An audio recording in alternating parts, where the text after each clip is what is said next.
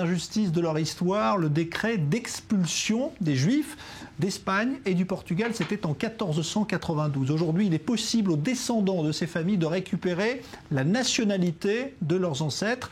Eh bien, un premier Juif d'Israël vient donc de redevenir espagnol. Reportage Maël Benoliel. Yossi Ben Naïm n'est plus seulement israélien. Depuis quelques jours, ce trentenaire est aussi espagnol. Descendant d'une famille juive expulsée de la péninsule ibérique en 1492 sur ordre des rois catholiques, Yossi est le premier juif séfarade né en Israël à bénéficier de la loi adoptée par Madrid il y a quelques mois qui vise à réparer ce que le gouvernement avait qualifié d'erreur historique. Je sens que je fais partie d'un processus historique. 5 siècles après qu'on ait été expulsés d'Espagne, les Espagnols nous proposent d'obtenir la nationalité. Je pense que la boucle est en train de se boucler. En tant que premier Israélien, je trouve aussi que c'est un rapprochement entre les deux peuples.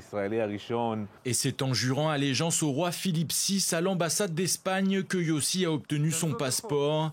Mais avant cela, il a dû constituer un dossier, prouver ses origines et réussir des examens de langue et de culture espagnole. Des démarches qu'il a pu faire avec l'aide d'une ONG israélienne.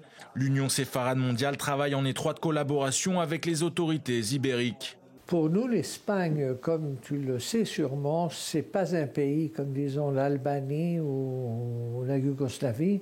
C'est un pays où le peuple juif a vécu pendant des centaines d'années.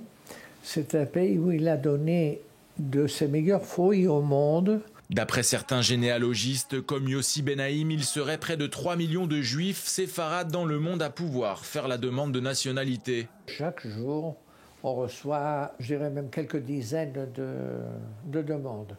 Et je crois qu'on fait un acte vraiment pour le bien de tous, des Espagnols et des Israéliens et des Sfaradim. Un acte de réparation surtout symbolique, car avoir obtenu la nationalité espagnole ne changera pas la vie de cet avocat de profession. Je ne compte pas déménager en Espagne ni travailler. Je n'ai pas fait ça pour moi, mais pour mes enfants. Car, dit-il, personne ne sait de quoi sera fait l'avenir. Pour Yossi, comme pour beaucoup d'autres, 500 ans n'est pas une période assez longue pour oublier qui l'on est et d'où l'on vient.